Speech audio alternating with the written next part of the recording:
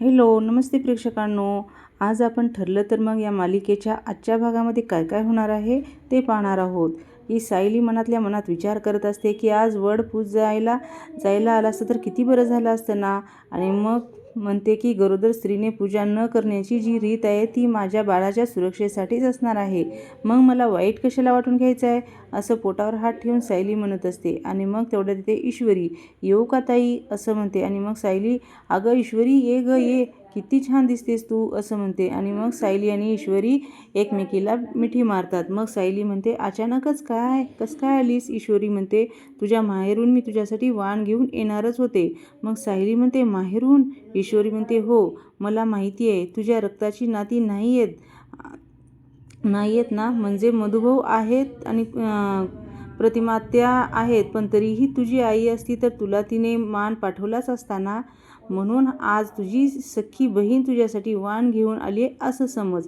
मग सायली मनातल्या मनात म्हणते, माझी आई तर माझ्या नजरेसमोर आहे ईश्वरी, पण मी तिला अजून आई म्हणून हाक मारू शकत नाही. पण माझी खात्री आहे माझ्या हक्काचं माहेर माझ्याकडे लवकरच असेल.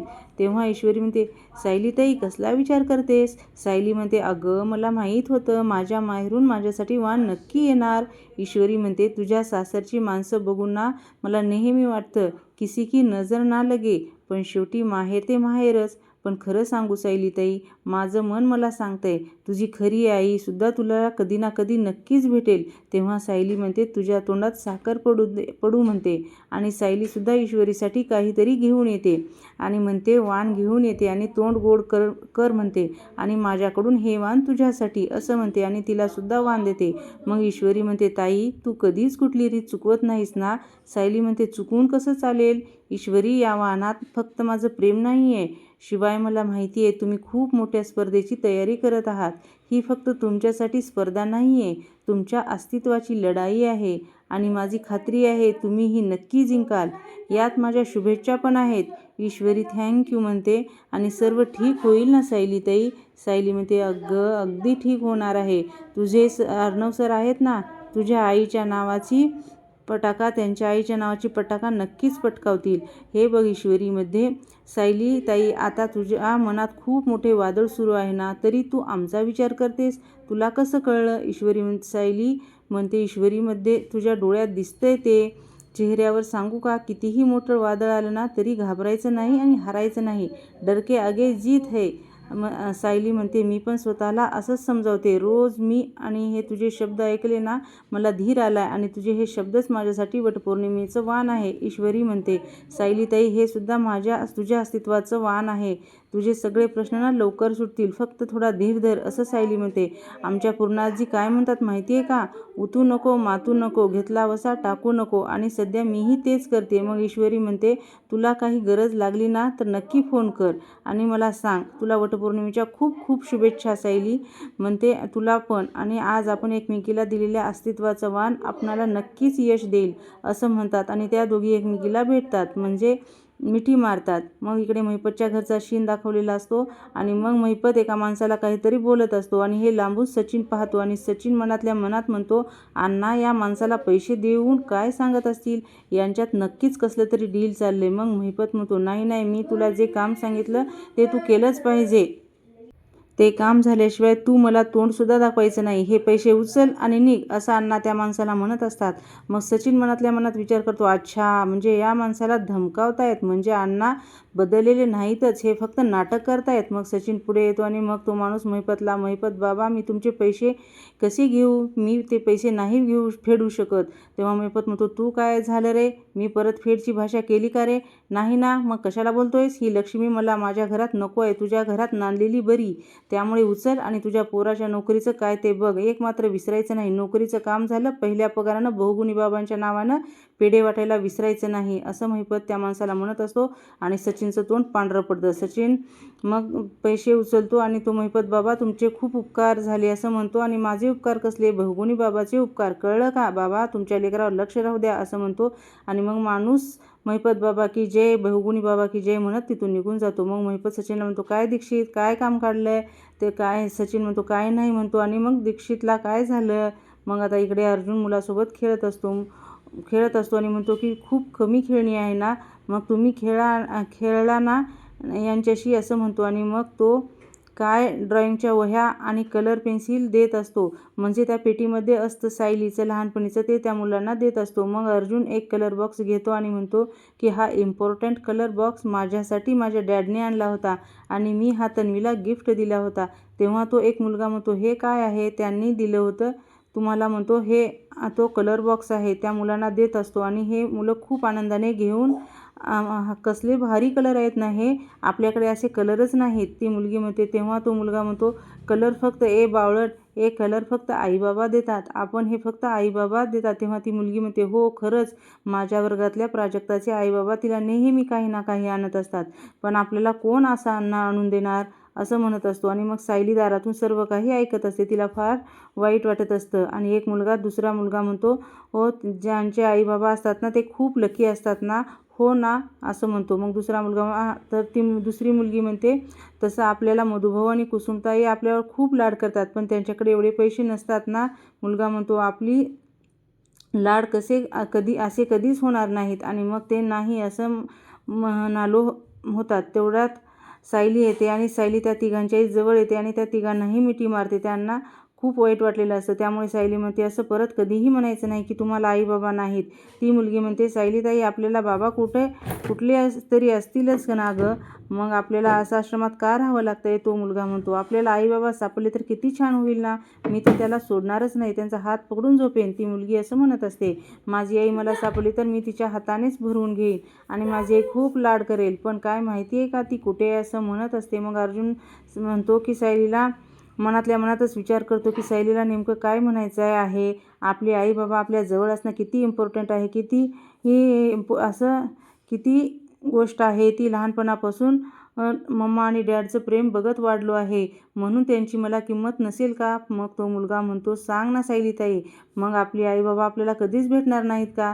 सायली म्हणते, मी तुम्हाला खोटी आशा देणार नाही बाळांनो. मला नाही माहिती आपली आई बाबा आपल्याला कधी भेटणार आहेत की नाही, पण तोपर्यंत आपण आहोत ना एकमेकासाठी, आपण एकमेकांची लाड करायची, असं सायली म्हणते. अर्जुन दादाने तुमच्यासाठी जो खाऊ मागितला होता ना, तो आलाय, जा पटकन खाऊन घ्या, असं सायली म्हणते. आणि मग त्या मुलांना बाहेर पाठवते आणि सायलीसुद्धा जात असते. तेवढ्यात अर्जुन म्हणतो, आवाज देतो, सायली, आपल्याकडे जी गोष्ट नसते ना तीच आपल्यासाठी प्राणापेक्षा जास्त महत्त्वाची होऊन बसते, असं सायली म्हणते. आणि मग आईबाबांचे काय महत्त्व असतं ते तुम्ही कधी अनाथ मुलांना जाऊन विचारून बघा.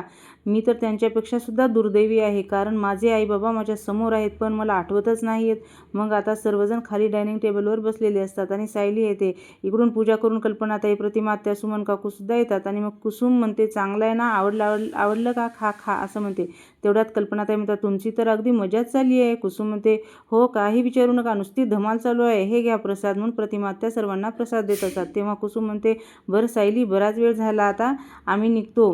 मग सुमनताई आल्यात ना आता. प्रतिमा आणि सुमनताई, मला ना खूप मोठी ऑर्डर आली आहे, आम्ही निघतो आता, असं म्हणतो. आणि ती मुलगी होती कुसुमताई, अजून आपण थोडा वेळ थांबू ना, असं म्हणत असते. कुसुमताई म्हणते, अजून थोडा वेळ, अजून येऊ ना परत, चल आता, असं म्हणते. तेव्हा कल्पनाताई म्हणतात, कुसुम, मी निघतेच आहे, तुम्हाला जाता जाता मी सोडते, असं कल्पनाताई म्हणतात. आणि कुसुम म्हणते, चालेल. आणि मग त्या सायली, चल ये, असं म्हणते. आणि कुसुम म्हणते, ऐकणाऱ्याला मला फोन करत जा, काही लागलं ना मला फोन कर. सायली म्हणते, 1-2 दिवसात मी मधुभाऊंना भेटायला येतेच. अर्जुन म्हणतो, मम्मा, आत्या, थँक्यू सो मच, तुमच्यामुळे माझ्या बायकोच्या चेहऱ्यावर स्माईल आलं. तिला वटपौर्णिमेची पूजा करता येत नव्हती ना, म्हणून खूप अपसेट झाली होती. तेव्हा प्रतिमा आत्या म्हणतात, सायली आपल्यासाठी केवढं काय काय करते, म्हणून आपण सुद्धा तिच्या सुखाचा विचार करायला हवा की नको? मग सायली सर्वांना म्हणते, पूजा कशी झाली?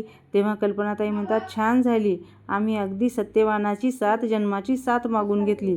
तेव्हा सुमन काकू हे ताट ठेवून येते म्हणतात, आणि कारण ते खूप नाराज वाटत असतात. प्रतिमा आत्या म्हणतात, बरं झालं, ही पूजा आणि उपवास फक्त बायकांनी करायची प्रथा आहे, कारण या नवऱ्यांना काही बायकासाठी एवढं करायला जमलंच नसतं. तेव्हा अर्जुन म्हणतो, खरं आहे, बायका नवऱ्यासाठी सगळं करतात. मग अर्जुन मनातल्या मनात म्हणतो, मी माझ्या अनाथ म्हणून वाढलेल्या बायकोला तिची आई बाबा परत का देऊ शकत नाही? मग कल्पनाताई म्हणतात, बरं अर्जुन, निघते मी, असं म्हणतात. आणि मग कल्पनाताईसुद्धा निघत असतात. चला, निघायचं का आता, म्हणून निघतात सर्वजण. अर्जुन सर येतो असं म्हणून निघतात. सर्वजण निघून जातात. मग अर्जुन देवाकडे जातो आणि हात जोडतो, देवा, हा ऑक्सिजन रिक्रिएशन करायला खूप रिस्की आहे. सायली प्रेग्नंट आहे म्हणून रिस्क घेण्याची हिंमत होत नाही आहे. पण जसे सावित्रीने सत्यवानाचे प्राण वाचवले होते तसेच हा सत्यवान तिच्या सावित्रीसाठी हे पाऊल उचलेल. हे देवा, माझ्यासाठी सायलीला काही होऊ देऊ नकोस. तुला माझ्या बाळाला आणि माझ्या बायकोला सेफ ठेवावंच लागेल असं हात जोडून म्हणत असतो. आणि मग तेवढ्यात प्रतिमात्या, सुमन काकू आणि सायली येतात. प्रतिमात्या म्हणतात, चल मी साडी बदलून येते. आणि मग प्रतिमात्या, सुमन काकू जातात. मग अर्जुन सायलीला आवाज देतो, सायली म्हणून. मग सायली अर्जुनकडे येत असते आणि काय असं विचारते. समोरून येऊन वाटते की एक डिसिजन घेतला आहे असं अर्जुन म्हणतो. सायली म्हणते, कशाबद्दल? अर्जुन म्हणतो, ऑक्सिजन रिक्रिएशन. आपण तो ऑक्सिजन परत रिक्रिएट करणार आहोत मग असं अर्जुन म्हणतो. मग सायलीला खूप आनंद होतो. सायली म्हणते, खरंच? अर्जुन म्हणतो, खरंच. तयारी रिक्रिएशनमुळे तुला सगळं आठवत असेल तर ही रिस्क आपण घेऊयात. या वटपौर्णिमेच्या दिवशी माझ्याकडून हे गिफ्ट तुला. सायलीला तर खूप आनंद होतो. मी सांगू शकत नाही मला किती आनंद होतोय. अर्जुन म्हणतो, पण माझी एक अट आहे. सायली म्हणते, कसली अट? या रिक्रिएशनमध्ये मी सुद्धा सामील असेल. सायली म्हणते, पण असं कसं चालेल? आपणाला हे पुन्हा घडवून आणताना अपघाताच्या वेळी जे घडलं तसं घडायचं होतं, करायचं होतं ना. मग तेव्हा तुम्ही नव्हता. तेव्हा अर्जुन म्हणतो, मी तुमच्यासोबत गाडीमध्ये नसेन, तुमच्या मागे थोड्या अंतरावर माझ्या गाडीत असेल. हे बायको, आपणाला हे खूप हुशारीने आणि प्लॅनिंग एक्झिक्यूट करायला हवा. मागच्या वेळेस त्या अपघातामुळे तुझी, प्रतिमात्याची आणि सिनियरची ताटातूट झाली होती. पण यावेळेला रिक्रिएशनमुळे तुम्हाला वेगळं होणार नाही तर तुम्ही एकत्र घेऊन येणार आहे. तेव्हा सायली म्हणते, ठरलं तर मग. अर्जुन सुद्धा म्हणतो, ठरलं तर मग. आणि दोघे एकमेकांच्या हातात हात देतात. आणि मग हे सगळं चोरून राकेश ऐकतो आणि म्हणतो, काकाचा ऑक्सिजन रिक्रिएट करणार म्हणजे ही तर माझ्यासाठी लॉटरीच आहे. 25 वर्षापूर्वी पप्पाचा प्लॅन फ्लॉप झाला होता, पण या संधीचं मी सोनं करणार. या ऑक्सिजन रिक्रिएशनला मी असं वळण देणार की काका, काकू आणि सायली तिघेही स्वर्गात पोहोचतील. चला आता कामाला लागलं पाहिजे असं राकेश म्हणतो आणि तिथून निघून जातो. आणि मग सायली अर्जुनला मिठी मारते. आणि मग अर्जुन म्हणतो, आता आपल्यासमोर सगळ्यात मोठा टास्क आहे. सिनियर आणि प्रतिमात्याला कसं कन्व्हिन्स करायचं आणि मी यात इन्व्हॉल्व आहे हे त्यांना कळता कामा नये. सायली म्हणते, सायली मी बोलते त्यांच्याशी, पण त्यांना कसं काय सांगायचं? म्हणजे त्यांना खरं तर सांगता येणार नाही आणि मला त्यांच्याशी खोटंही बोलता येणार नाही. अर्जुन म्हणते, तू त्यांना खरं सांगितलं तर काय होईल? पण सायली म्हणते, आपण जर त्यांना सांगितलं तर ते मला विचारतील, आपण हे पुन्हा घडून का आणायचं आहे?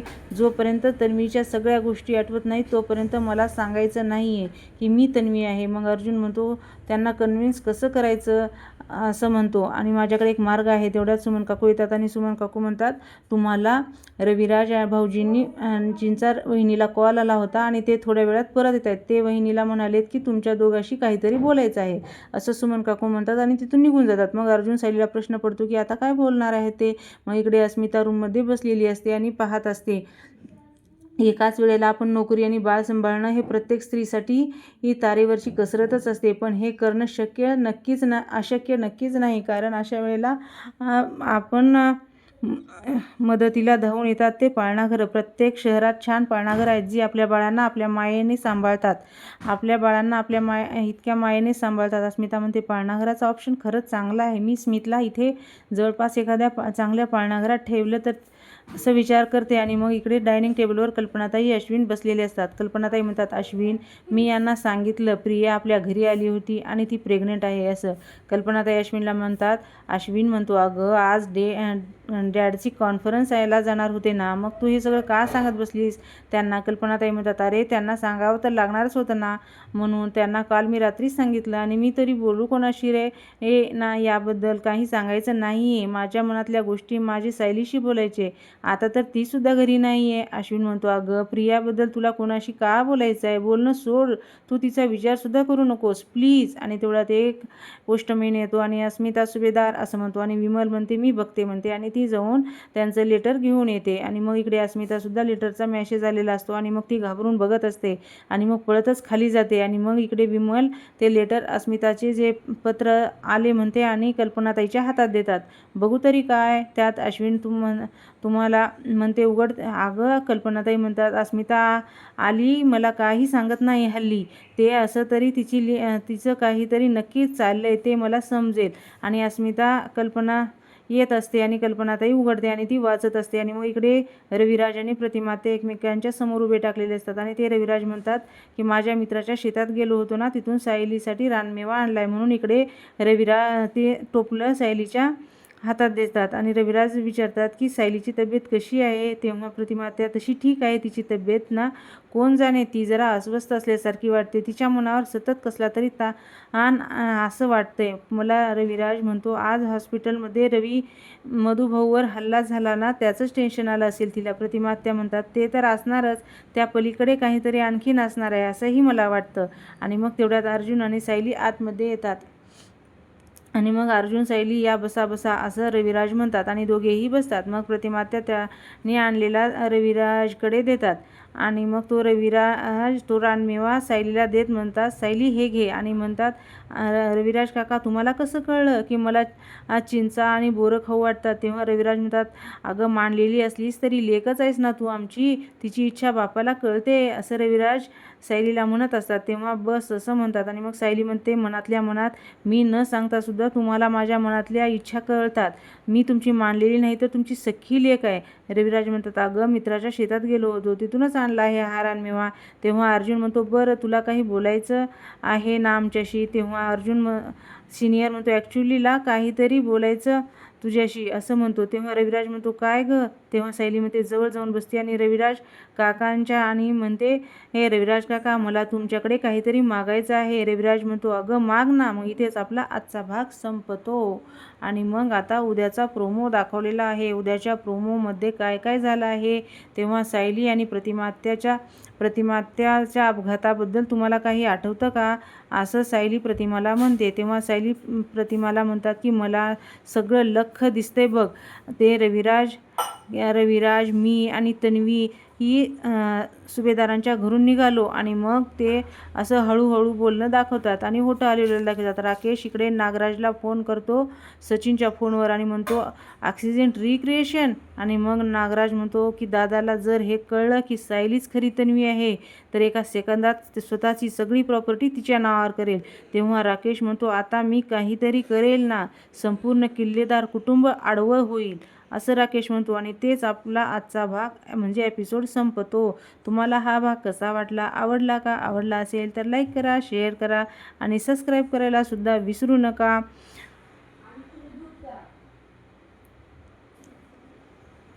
अशा छान छान व्हिडिओसाठी कमेंटसुद्धा नक्की करा.